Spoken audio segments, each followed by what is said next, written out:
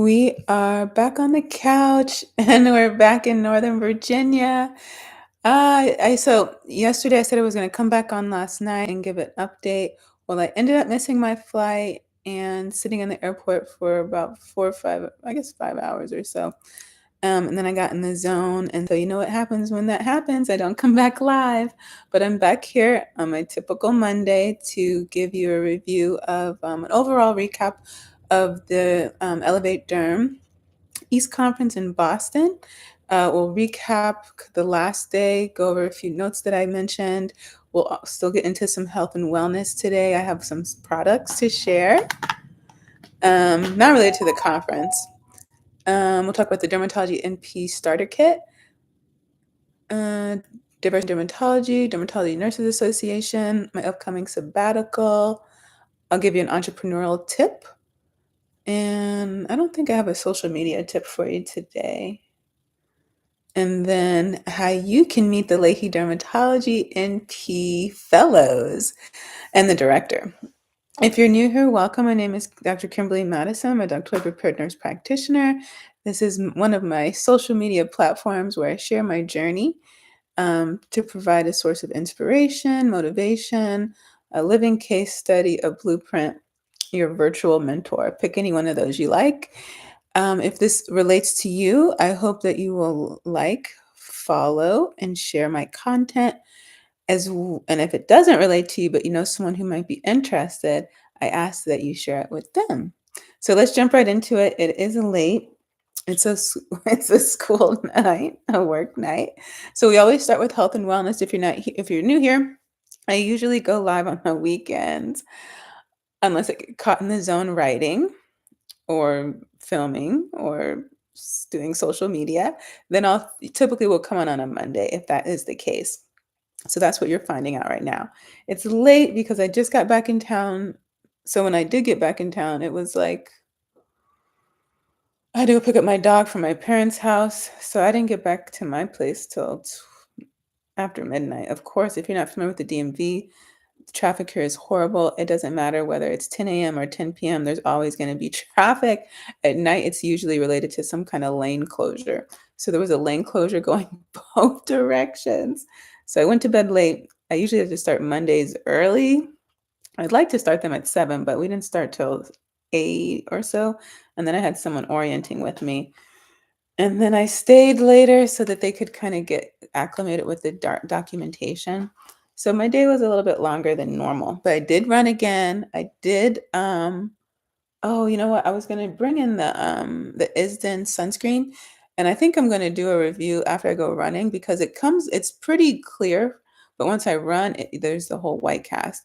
And everyone does like sunscreen reviews, just like, just doing nothing, just in the mirror. But no one ever comes back after you've like sweat or swam and you're out in public and you don't want to go from looking like yourself to having that white cast. So I think that's actually a really good review for people who are pretty active. Um, but you know what? I didn't wear my sunglasses. After I was out there, I realized I didn't have them on. That's still a habit I need to develop. And I'm wondering because they are next to the keys, but they could be closer so that I remember. So that's my health and wellness update. Tomorrow's a long day, but maybe Wednesday I'll have a chance to do some fresh juice. Before I left, I got a bunch of greens and vegetables I like to put into my juices. And I put that in the freezer because then it'll blend really easily and really quickly. And then I'll strain that through the strainer. And then I keep all that fiber and I'll spoon that into my smoothies in the morning so that I don't waste all those valuable micronutrients. So I think that's a diet. I did go to Aldi's and get a watermelon. I think they have the best watermelons in terms of the cost and in terms of being sweet. And those are like the fastest juices to make. They taste so good. They're so refreshing. So yeah. So let's get into some products. So this one is related to the conference. So typically when you start talking about topicals, you'll hear companies or a speaker refer to the vehicle. So when they're talking about the vehicle, they're talking about the base of the product or the route, the type of topical. So the route is always topical. So it can be like a gel, a cream, a foam, a powder, a spray, and they'll be like the vehicle. So the vehicles are this. So you have the drug and then you have the vehicle that you put the drug into. So you can test out the vehicle to see, what the feel is going to be like, how elegant it's going to be, the patient experience. Because once you add the drug, theoretically, it should still be the same experience. But if you want to test out the vehicle, you don't necessarily want to test out the drug if you don't need it. So one of the companies that was there, they have a sample of their vehicle and they gave me the whole jar so that I can see how moisturizing it is. Because, in their mind, if I like it, in terms of testing out the way it feels, the way it smells, it does have like a little bit of a medicine smell, like just subtle enough, right? Um, then I would be inclined to want to recommend it to my patients, and I can actually say how it feels, even though I may not be familiar with using the drug on my own body. So it's a pretty good size. And as far as it being moisturizing, I would say it's good in terms of, being a topical. Would it be something I would like replace my personal moisturizer with? No, but for a good free product, I'm going to use the whole thing. So that's all in terms of products that I got from the conference. Now, I think I mentioned here that some of the webinars, I can't remember whose webinars, but when you attend those webinars, especially if they're like sponsored by La Roche, they will typically send out products. And I have a few of them. So this is one of them. I recently attended a webinar. And this is actually, I don't think you can see it. I didn't set my lights back up since we filmed last weekend. So I apologize for the lighting. But this is their spring water, which I really just started using yesterday because I wasn't really sure what to do with it or if it was even worth it. But you know what? I'm going to use it in the morning. It doesn't have a scent. It's for sensitive skin and it's cool. And just test it out that way. Because at night I just have too much product on, like sunscreen. I don't want to waste my time trying to get it off with that. Again, I say everyone talks about the importance of putting on. I don't hear everyone talking about how they get off all that sunscreen, especially tinted sunscreen, which I find to be, it is my favorite and it has a great finish, but it's also very difficult to get off and it stains. So speaking of tinted sunscreen, so from the same event, this is what La Roche sent. They sent this whole thing. Look, full-size products. You know who else does a really good job? SkinCeuticals. If you can catch some of their events, you can sign up for them. They have like a professional subscription type thing. It's free, but you do have to like provide all this stuff. You always have to provide your medical license information, so like your MPI. And then when they have events and you register, they'll let you know if there's a product associated with it by attending. So this is their tinted Anthelios, and it has titanium oxide 11%. I should have bought something over here to wipe my hands with. So it's light fluid sunscreen, blendable tint matte finish, 100% mineral UV filters, titanium dioxide sunscreen and then it's just like their proprietary formula. And so you're supposed to shake it. Now I've tested these out before. I wasn't a big fan because it's liquidy, but I've since come around. So the lighting's not so great for testing this out, but you'll be able to see how liquidy it is. See? You can even see that. So,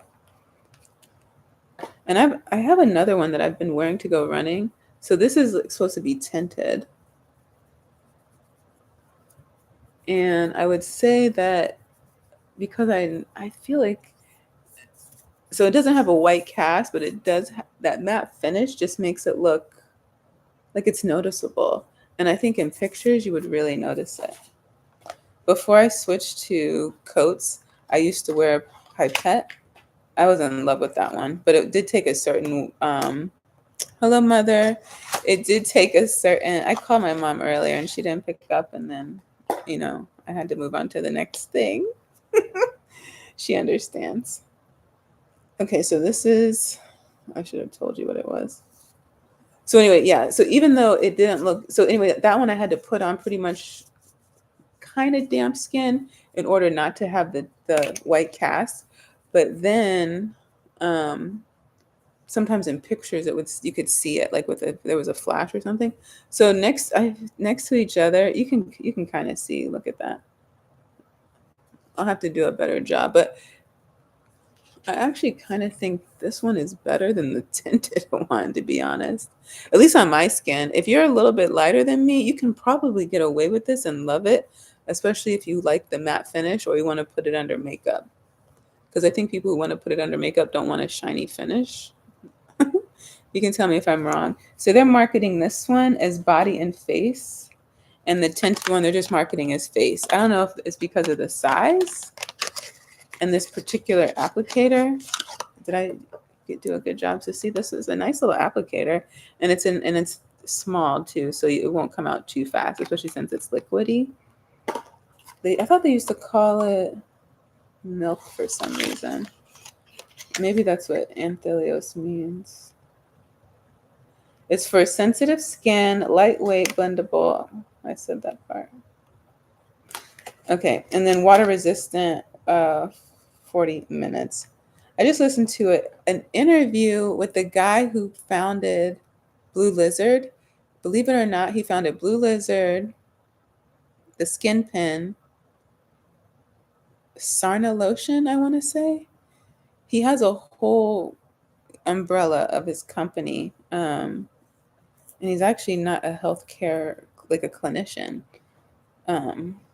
which goes to show you that if you're really passionate about something and you invest in your knowledge and putting the right people around you, and you just stay in that particular area long enough, you can still become an expert in it.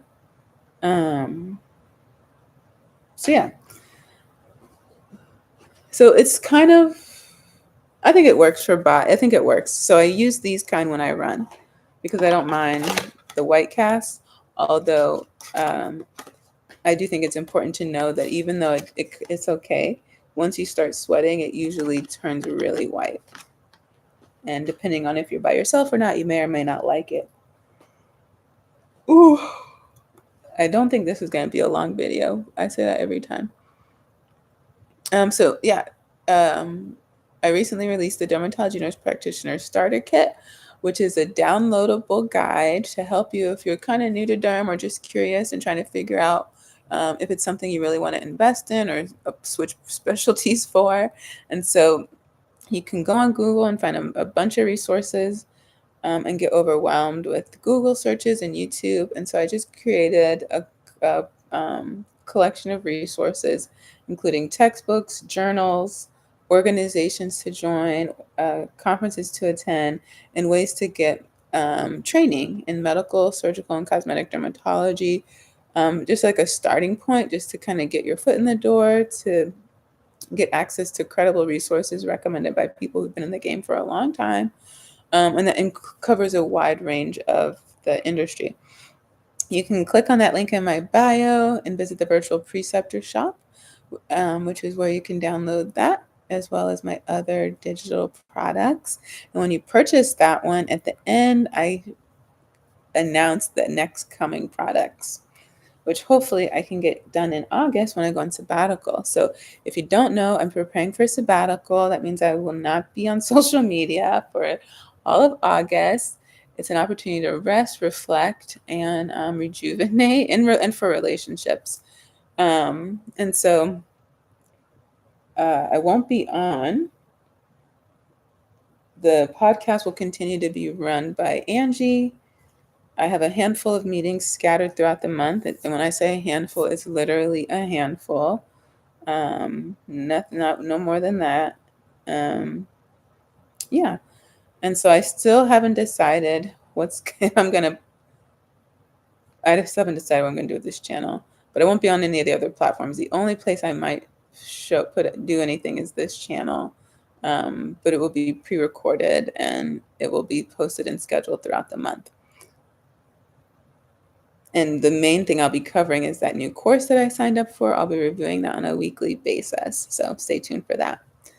Let's see. So let's talk about the conference. That's why we're here. So if you look at the thumbnail, you see I'm with a group of people, and even the title kind of gives it away. So make sure you stay around to the end. So I can make it a nice announcement that I'm so excited about.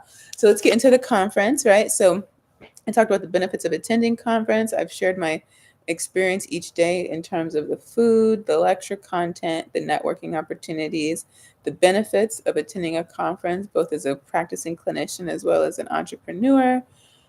And so let's talk about some more of what to expect from the event. So, see, we talked about continuing education credits. So when the event is over, even before it's over, they're always telling you to make sure you check your email so you can fill out the post-event survey and get your CEs. So when you're there, you have your badge that you scan for each room that kind of checks you in. And then when the conference is over, you'll go open up the email link. Sometimes they have you ask questions or review speakers. And once you've done whatever is required, they usually will, you can either immediately either download it or you'll get emailed later your certificate. You save that somewhere that's easily accessible. So when you need it for licensure renewal, certification renewal, or job applications, you'll be able to find it really easily. So another thing you'll find when you attend conference is that a lot of conferences will use an app for announcements, sometimes for engagement, so that you can engage with the other attendees. This particular conference used an app called Cvent.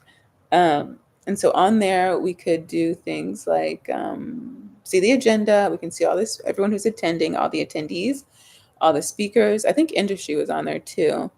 We were able to download all the slides on there. After the conference, we also got a link to also download all the slides, which is really convenient and really appreciative. Um, and so that's good. Not every speaker shares their slides when you go to different conferences, but they did a really good job here. Everyone shared their slides, which I really appreciate. What else can you do on there? Let's see. There's different ones. At Diversity in Dermatology, we use the Whova app, spelled WHOVA. And so we can actually message each other in terms of attendees. So I love it. We use it to, people ask, oh, you can post questions on here, even the CVent one. You can post questions to the faculty, to the speakers. So during a presentation, there might be time to ask questions. But, if a lot of people ask questions and you're short on time, because sometimes speakers run over, so then they cut into the next person's time, so they might not have enough time to answer all your questions on stage. So when that's the case, the app is really helpful because you can submit your questions. You can submit them even before they give their presentation, and a lot of times they'll go to the app and ask the speaker directly. Sometimes they let you just call out from the audience, but then sometimes they might have a moderator. And so you can see the agenda. Sometimes you can create your own schedule and send notifications so you don't miss it. And this doesn't stay open forever. Sometimes it's like a limited amount of time that they'll keep it open. They usually will let you know. And then you can see all the exhibitors that were there. Oh, all the posters are in here. Oh, I can register here. So I was trying to register for next year. Next year they will be, so I want to make sure I don't make this confusing. So it's Elevate Derm, right? That's the top layer. There's the West Conference and the East Conference. And I think this is what I understand. They used to just do the West, and this was their first East Conference. So the next East Conference will be at the end of August in Tampa. And then the guy who started it, I wish I remembered his name too, and I met him. I can probably, you know what? I guess all their leaders are in here. I'll look it up before we're done. Oh, look, you can actually see this is the Utah ad. And so it will be August 31st. Oh, that's when you have to register by July 23rd to the 27th. I wonder if I can use this one. In Park City, Utah. Look, I've never been, but I've been on that side of the country, and it's gorgeous. Every opportunity I have to go back, I'm taking it. And it's going to be at the new Grand Hyatt Deer Valley Resort. Okay, it's going to be $99 if you register by the 31st. Now it says on site, But you know what? They kept saying as long as you register by the 31st, but when I tried registering today, it wouldn't let me.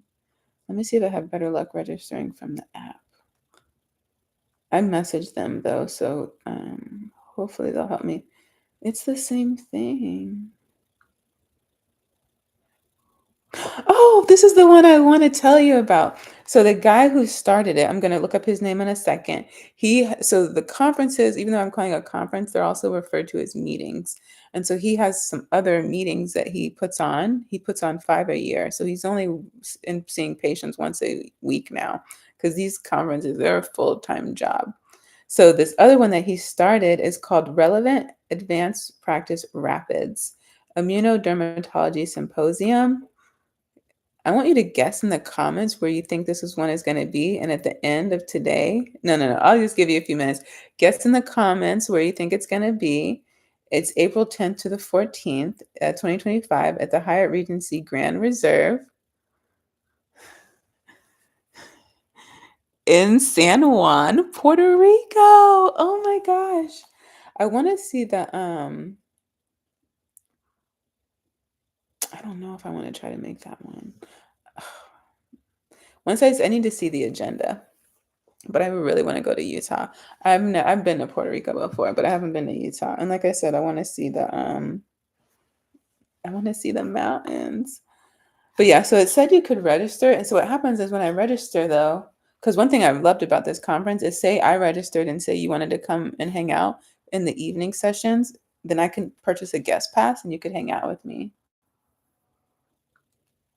And so right now when I try to register, it keeps taking me there instead of letting me register.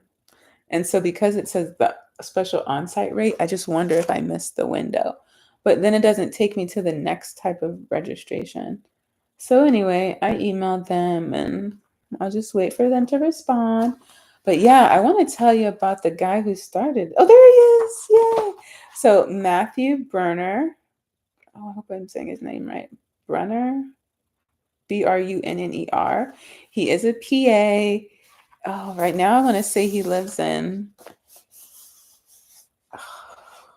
this side of the country because he did talk about some other places he lived. So that's why I don't remember. So yeah, he started the conference. I like how I'm showing you these. I don't know if you can see these very well.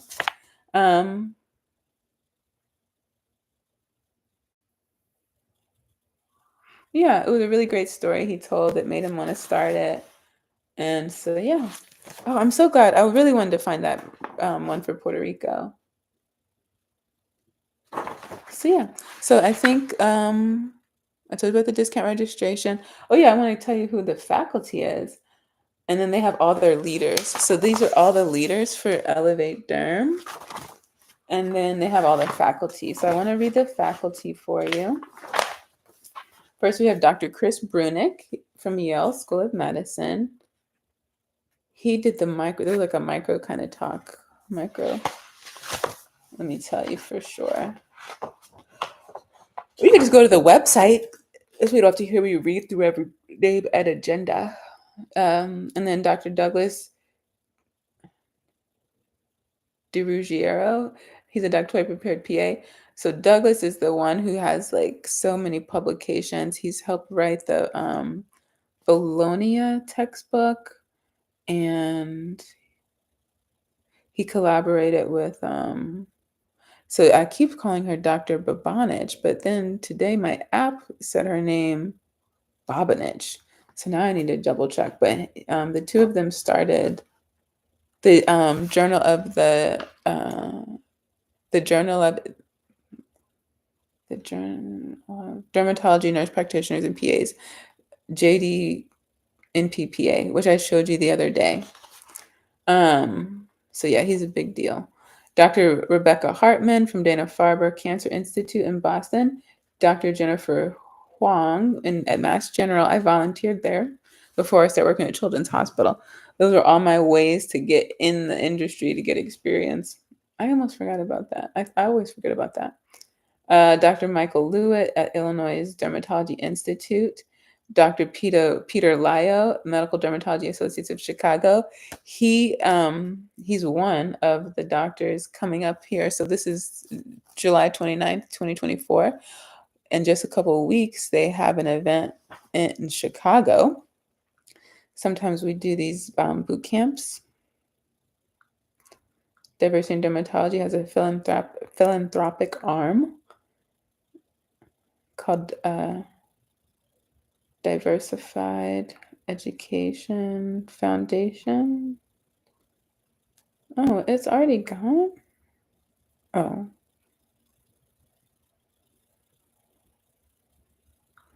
Let me see. I think I can tell you the dates for this. In case you're in Chicago and you want to go, it's a hidradenitis suppurativa boot camp. The boot camps are really nice because oftentimes there is a stipend, food, sometimes parking will be covered. I know someone who posted it, so let's see. Perfect. Yay, I found it. So we're calling this our Hidradenitis Suppurativa in-person boot camp. It'll be at the Renaissance Chicago Hotel on Saturday, August 24th from 9 a.m. to 9:15. If you're interested, let me know in the comments or message me directly and I send you the link. You'll get 2.5 CME CEU credits, a $250 stipend, breakfast and lunch will be included. The presenter, the esteemed faculty are Dr. Leon Kursick, Dr. Ali Shabazz, Dr. Naeem Issa, Dr. Stephen Delaney. I just saw him do a webinar. I can't remember what the webinar was on, but he was really good. And he was with there was a patient on it was HS. It was HS. It was really, really good. It was the same day Mike, the company I work for, also did an HS like presentation. So I really got a lot of it. And last year I participated in like a I don't know what to call it. Like I don't even know what to call it. The Dermatology Nurses Association, they had like this educational series, and by participating, there were like three or four different journals you would have to read, like many educational packets, and then at the completion of that, I received a stipend by participating. And I want to say one of the sessions that was covered was HS, and so I've been kind of a big fan of that, and just trying to like do more education awareness around it. But yeah, so Dr. Peter Lyle. Oh, you know what? For some reason, yeah. So this flyer for that's what I'm confusing. Okay, so we have this HS, and then we have the. Let's finish the HS one. Dr. Ellen Menifee. Oh, I'm calling her doctor. She's a PA. Oh, she's the only APP on here. So they're going to talk about HS, obviously, the pathophysiology and clinical presentation, evolution of treatment and novel treatment options, including surgical and de-roofing techniques. There'll be a product theater, and then and then a panel, and then you can go home. And so, see how pretty this is? I wish I had another one to show you, but I designed that. Isn't it gorgeous? Okay, so that's that one. And then all our faculty. So I was gonna tell you, but I always get the letters mixed up. That's why I'm gonna look it up.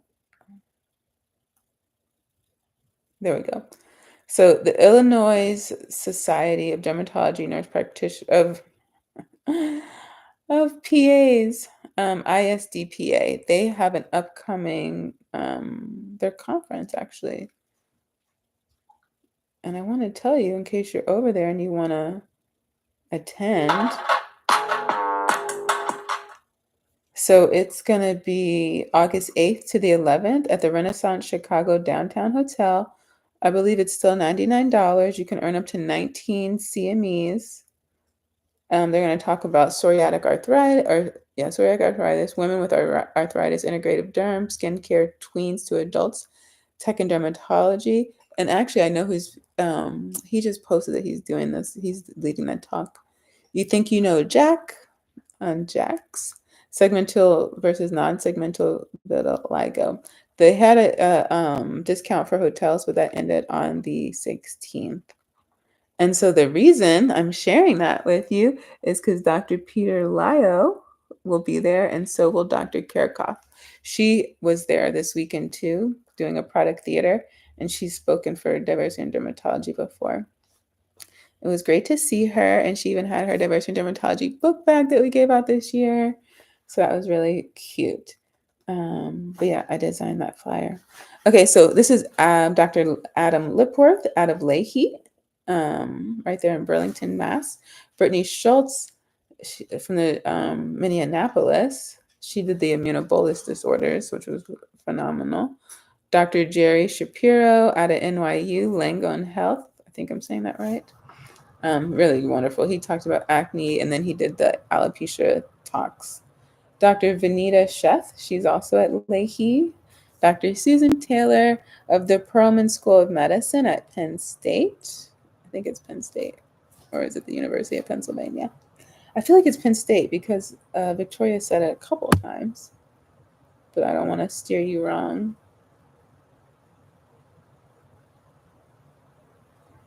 University of Pennsylvania. And then Dr. Aaron Verhule out of Wash U, St. Louis. And then Dr. Josh Zeichner at Mount Sinai in New York. Fabulous personality, by the way.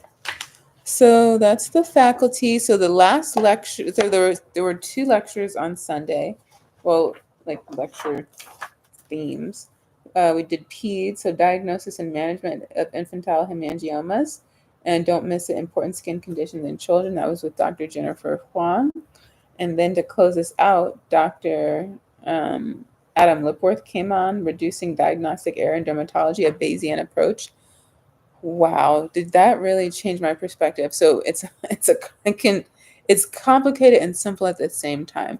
He did quite a bit of math, but he really, because you can apply a formula to it in a sense. But at the same time, he wanted our biggest focus to be that when you're collecting data, so you're doing your physical assessment, that's one piece of data. You put that right there. Then maybe you get images, you might get labs, that's another piece of data. You might do a path result, and then you get that back, right, from your dermatopathologist. Another piece of data, particularly when have been practicing for a long time, there may be a tendency to take, just the path result and that will run with that diagnosis. But with this Bayesian approach, it's important to remember that each piece is a part of the puzzle and not to get so focused on this part that you forget everything else that you've collected. Um, and I'm really simplifying it, and I hope I'm simplifying it in a way that does it enough justice to show you the importance of what he's trying to share. So first of all, when it comes to this topic, and he had another book too, um, I think it was on his slide.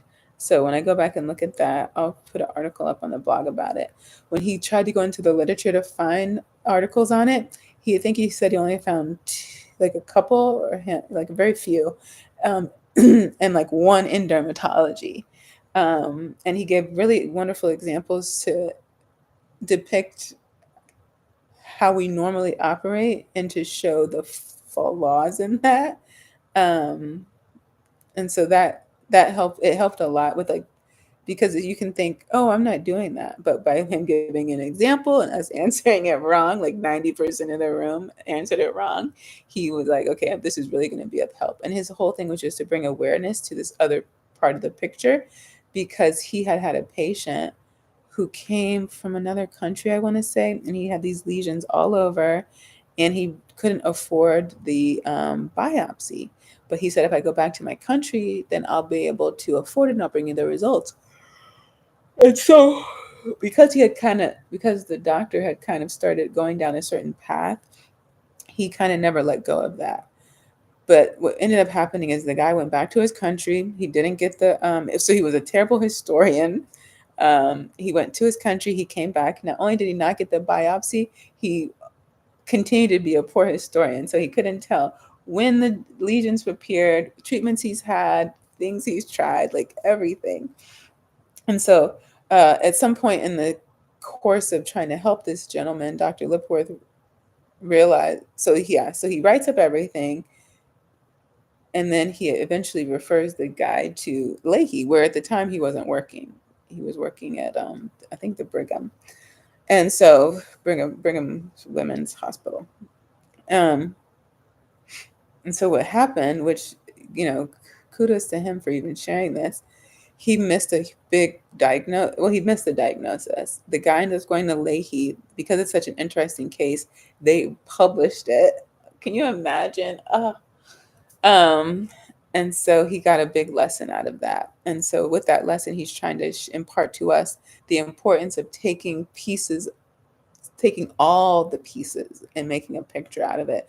Because in his note, he had already documented kind of the direction of where it ended up going. But when he was starting to get results, oh, you know what? Because he couldn't pay, that's why he sent him to Lahey. And so later he's like, I should have done more. I should have worked with a social worker to get the biopsy covered. I should have never agreed to this big plan of going back to Morocco and trying to get a biopsy there, which never even happened and only delayed care. And when he looks at his notes, he realizes, you know, that if he had just kind of paid attention to that, he would have done better than, I guess, assuming he knew what it was. Because I can't remember if someone had already kind of suggested a diagnosis and he kind of went in that direction. I can't remember that part. But it was the whole idea that, you know, you have to trust your assessment, look at the morphology, document that morphology, and then see if your diagnosis and your differentials match the picture that you're looking at, not the one that you're assuming. So if normally you would say cellulitis, but for instance, when she drove home, so if it's red and it's not tender, it's not cellulitis. It has to be tender in order to be cellulitis. And so if you're just going in there and assuming it's cellulitis, it's on the left lower, it's on the left lower leg, it's swollen, it's red. It happened acutely and it spread rapidly. It's cellulitis. Boom, antibiotics. Slow down, right? Is it tender? If it's not tender, you have to reconsider your diagnosis. And so that's taking, instead of just taking one piece of the picture, redness, lower leg, one of the most common things that we see. Let's step back a second. It's not tender. What are some other possibilities, right? It's non-scaling. It's more likely it's going to be dermal in origin. You know, let's walk it out through there. So just tonight, and then so what that makes you think is like, should you reconsider the approach, right? Because a lot of times we'll look at the chart to have an idea of what we're going to see, and that already starts to influence your thought process and your diagnoses. So what if you took that away and all you have is what you see? You don't have anything else. Like he didn't, because the patient was a poor historian. Then you might come with a different end result. And so I'm not doing it justice whatsoever, and it's hard to imagine without being able to go through the experiment like we did, to see how important it is to take a look at the whole picture. And I think we often do that later. Once we try a treatment and it fails, we'll go back and really take a look at our notes. And he was saying, you know, there's something to be said about being able to go in and narrow in, you know, as an experienced clinician. You know, remember when you're in NP school, you ask, and then you go into the room for the first time, you ask all the questions, right? But then the more experience you get, you tend to not ask all the questions, you tend to narrow it in. And that is a sign of an experienced clinician that allows you to then spend more time in other areas to get to the answer, to get to the right diagnosis, to get to a good outcome and a treatment that's going to work for the patient that they agree to. But there's also something to be said about that inquiry and, you know, asking, covering the more of a broader spectrum when it comes to your questions. So it was really great. If you ever have an opportunity to hear him in person, I highly recommend it. From that to and you know, I always say this word wrong. So it's retiform purpura, but I think I always say purpura because that's how it's spelled. And so like I don't even think about it, I say purpura, but it's purpura. If you ever, so he talked about that. He talked about Bayesian approach. I think all the things he talked about, I'm saying them wrong. And he did another one too. Oh, the Hansen's disease. Remember, I told you about that. So just amazing topic stuff I don't typically see. And I just appreciated the opportunity because he also challenged us because so often these events can be passive learning and you're just sitting there like a sponge, but it just sits in there like a sponge. And he really forced us to try to bring it out, to not be afraid to participate. Um, yeah, and he's like, just put an answer down. Let's see where you're at and let's walk from there. So I appreciate him 100%. And so, yeah, I can't wait to hear him again. He was great. So I told you about that. So, as you know, we announced that we're going to Louisville, Kentucky with Diversity in Dermatology Conference in 2025. Registration is open. We'll be staying at the Louisville Marriott downtown. We'd love to have you. We're going to spend an evening at Churchill Downs. There'll be the chief program reception. You'll be able to go through the product theater and the exhibit hall. We do lots of prizes. We do lots of goodies, so that it does, I think, stand out.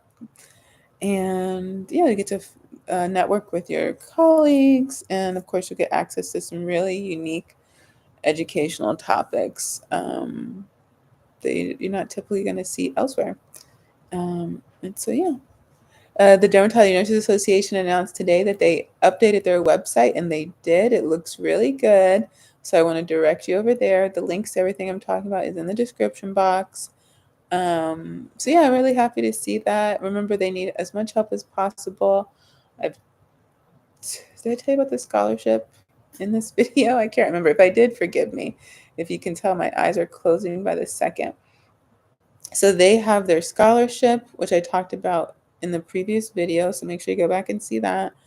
They have membership, which you have to be a member to really apply, to be able to access any of these things that they typically offer. You do have to be a member, and to apply for the scholarship as well as the current board positions that they have, you have to have been a member for 2 years. At least that's preferred. They might be open to negotiating about that. So yeah, a lot of things are happening over there. If you're not already a member, please sign up today, and when you do, tell them I sent you. Yeah, so I think this is my last video before my sabbatical, so I'm so excited about that. Just been putting things in place so that I can be off. So scheduling things, telling everyone I'm not available, clearing my calendar with the exception of those couple sessions that I have, meetings. Yeah, and like I said, just using the opportunity to rest. It's my birthday month, and I typically, I've been in school my whole life, and so there's always these like set breaks throughout the year that force you to do this. But once you're out of that environment, I don't know if you have to create it, but for me, I've gotten so used to having it that when I heard my pastors that I watch talk about their sabbatical, I was like, oh yeah, that's a great time to take one. And so that's what I'll be doing, getting lots more rest, reflecting on how this year is going so far, and my journey, right? And then relationships. So I already talked the other day about this whole idea that if you have a business, there's three: business, family, and relationship. If you can't have all three of them. You can only have two of them. So if you have your business and your family, you won't have your friends. If you have your friends and your family, you won't have your business. If you have your business and your friends, your business and your friends, then you won't have your family. And so they say you do have to choose. And I would say there's a lot of truth to that. You have to be very intentional. Certainly, you should not just dedicate 1 month to those relationships, like all of them. Even as a student, that was really important to me, that during the breaks that I would touch bases with people, if not so much in person, because I don't think anybody always lived near me, but um, over the phone worked. And so this is just an opportunity to, catch up on those relationships with myself and with the people in my life. So I'm looking forward to that. And yeah, and I think it's a great opportunity to restructure. So if you are trying to build something, sometimes you have to step back to build up, and sometimes I have to slow down to move fast. And so that's what I'll be doing. And I invite you to do the same. If you're not able to take it a sabbatical, this is a working sabbatical, so I'll still be doing my regular work that I get paid for, but everything else will be taking a pause. Some people take a complete sabbatical, they're not doing anything. Some people do it for a weekend, 2 weeks, 3 months, a year. They do it a year later. They're like, yeah, I don't want to do this anymore. So those are options. Um, but yeah, just kind of join me in deciding how you want to spend that month. Pick one thing you want to work on so that when the month is over, you can say you did that one thing or you got a lot closer in the last 30 days than you have in the last, what is this? It's pretty much into the month. So 7 months, right? Um, so the business idea for you and then the meet and greet. So the business idea, it's not even my idea. Dr. Susan Taylor mentioned it when she gave her lecture the other day on CCCA. So she was just talking about the challenge of being able to provide the injections on a regular basis so people can get their treatment. And in this case, treat the scarring alopecia. And so, as I mentioned before, she said, even when you see CCA and it looks pretty bad, always never tell anyone there's nothing we can do. Always try to do something. And so I'm sharing these takeaways. I hope you get them. So the idea that she had, so when she's one of the ways that she treats CCCAs with injections, and because Derm Clinic itself is so busy, when it comes to like procedures and like things like that, sometimes they're given a dedicated day or a dedicated clinician. And so in this case, in order to help maintain that frequency of care and then make it easier for people to come in and get their injections, she started an injection clinic, which I think is amazing. And so that's my idea for you today. And it could be in hair loss. I'm sure you would expand and start learning about other things in terms of injections in and outside of derm. But yeah, those are mine. My ideas that I'm sharing with you that Susan Taylor inspired. And so yeah, I think that'd be really fun. And then lastly, so I told you that at this conference, well, first of all, my story, right? I started the Mahogany Dermatology blog as a place to share my journey, to create my social media presence, and to share what I was learning as I was studying derm, because the best way for me to retain information is to try to teach it and explain it. And the blog allows me to do that.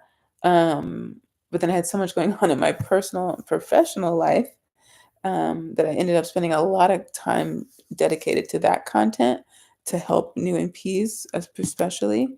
So once I have a few more under my belt that I want to kind of close out that, if you will, and then move into talking more like derm conditions and things like that.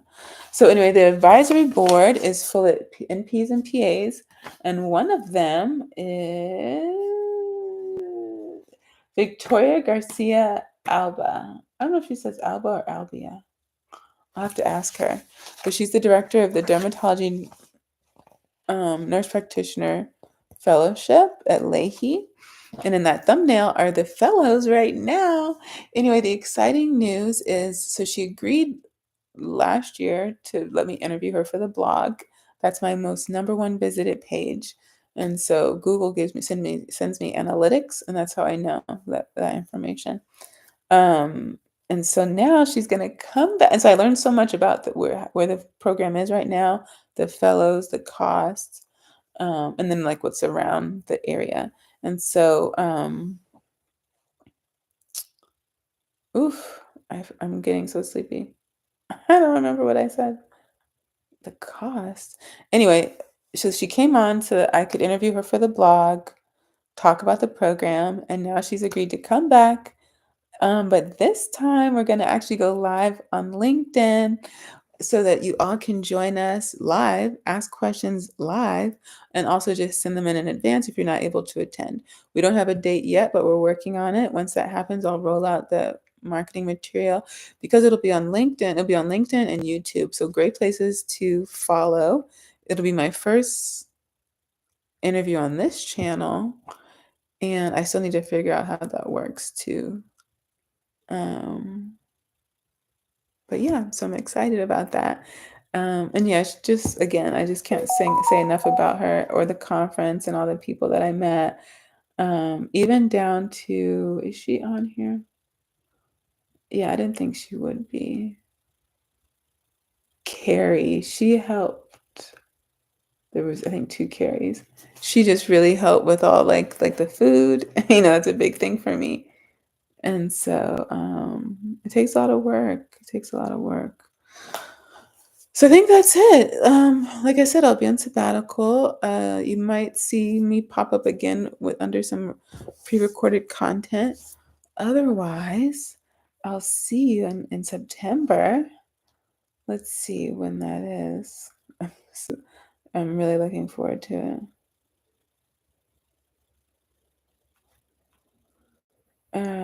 Let's see. But yeah, I can't remember if I even finished. Yeah, pick something you want to work on and let me know in the comments. So September the 1st, yeah, maybe I'll come back on then or on Labor Day. We'll see which is better. But yeah, I just thank you so much for your support. Certainly you can send in questions and we'll get to them. And uh yeah. Thank you. Have a wonderful week. Stay hydrated. Um, yeah, I think that's all I have. Thank you so much for watching. I'll see you next time in September.